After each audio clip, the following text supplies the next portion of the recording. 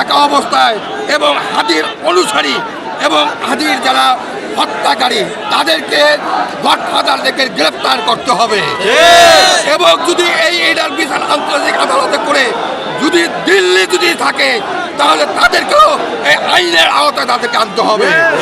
কারণ আমরা আর চাই না হত্যা, বহুত হত্যা হয়েছে, বাংলাদেশের জন্য আর কোনো মায়ের বুক যেন খালি না হয়। তাই আসুন আমরা সারা একটা শপথ নেই, নতুন প্রজন্ম যারা আমরা আছি বাংলাদেশকে শপথ নেই, আর যদি একটা লাশ করে তাহলে দিল্লির 10টা লাশ ফালানো হবে, অনুমতি আর ছাড় দেওয়া হবে না। এবং বাংলাদেশে ওই আওয়ামী দুঃশাসন যত প্রশাসনের ভিতরে আছে সবাইকে বহিষ্কার করতে হবে এবং দেশ পরিচালনার জন্য এবং হলুদ সাংবাদিকতা বন্ধ করতে হবে।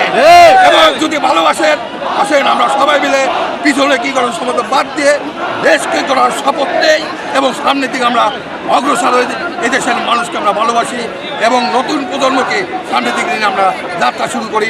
এবং আমাদের যখনই আমাদের এগুলি হবে তখনই হাদি সুস্থ হবে এবং হাদির আত্মা শান্তি হবে।